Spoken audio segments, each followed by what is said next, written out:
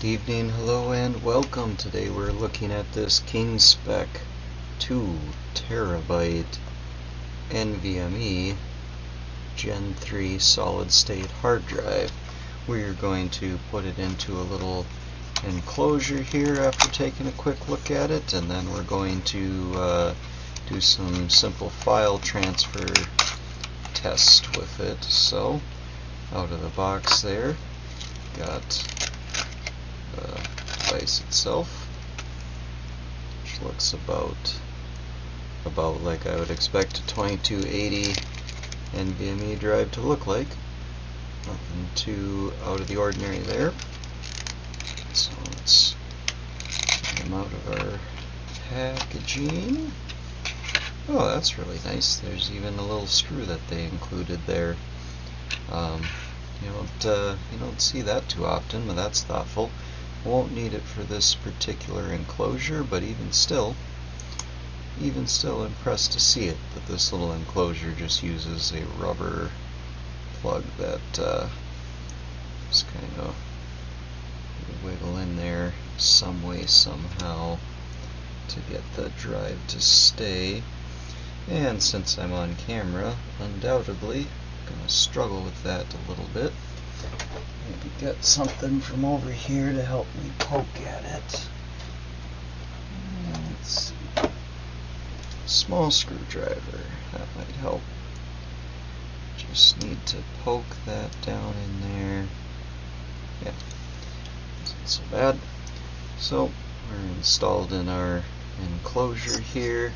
This is an aluminum type of thing. This guy here that doesn't make contact with the enclosure, so I wouldn't claim that it dissipates heat like crazy or anything, but to be fair, we will seal it up in there.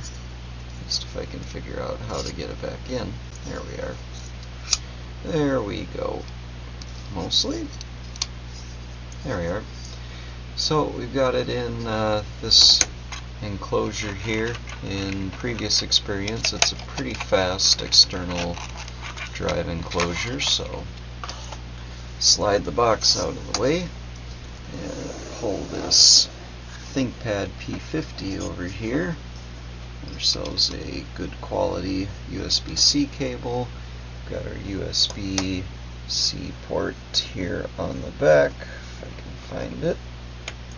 There we are.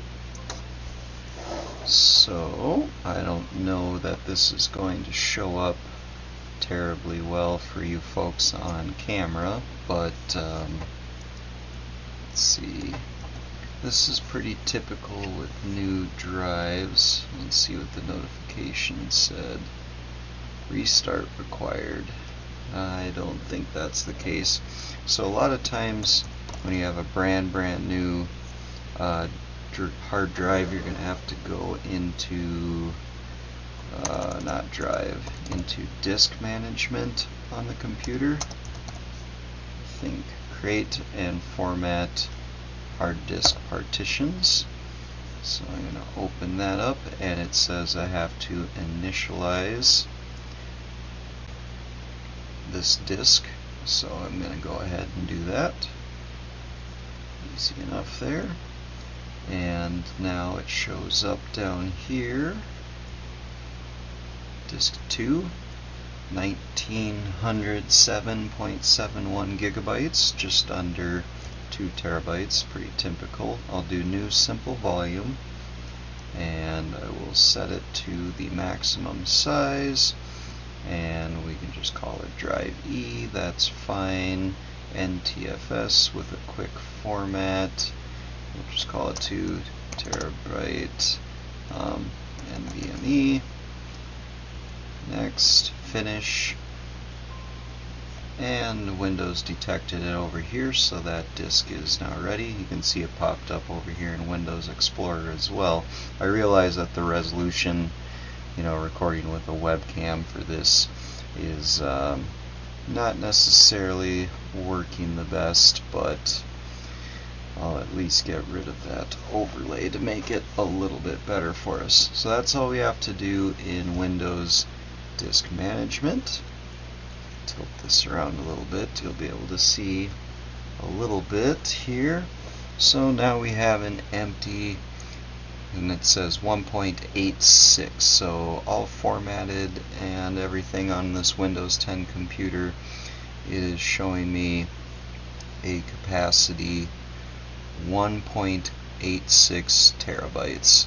So I have over here a folder of video files. It is exactly 100 gigabytes, almost on the dot here.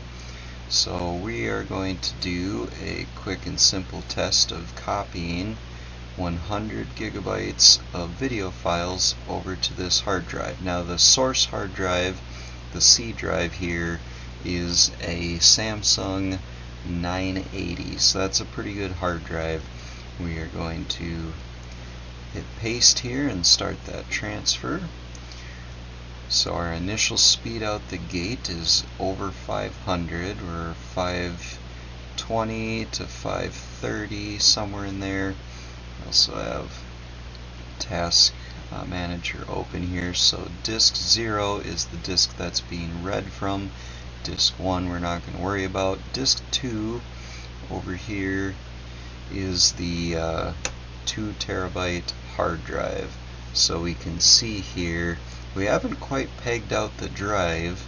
I'm not sure if my Samsung 980 just can't read data fast enough. That seems kind of unlikely, although it is also the operating system drive, so hard to say.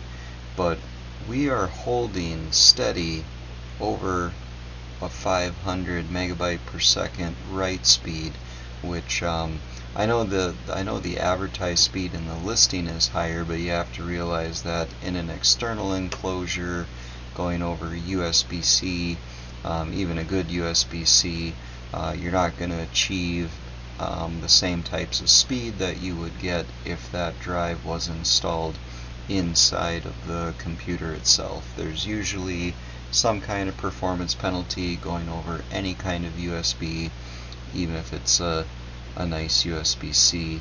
I'm feeling the aluminum enclosure, and there's no hint or indication of heat from it so far. We're about halfway done with that transfer. We still have not dropped below 500. We're in the 5-teens, 520s. Oh, I saw 499 for a second there, but we are sustaining at this 100 gigabyte file transfer about a half a gigabyte per second, 500 some megabytes per second transfer rate. And for write speed on an external USB-C powered drive, I would say that's really pretty good. I don't know if the USB, I'm certain we've reached the limits of what our USB bus can handle, because none of these drives are pegged out. So this drive is showing that it has a little bit more steam. If only it could have a little bit better connection to it over USB. This is as good as we're going to get, over 500 megabytes per second. That is very fast for an external hard drive.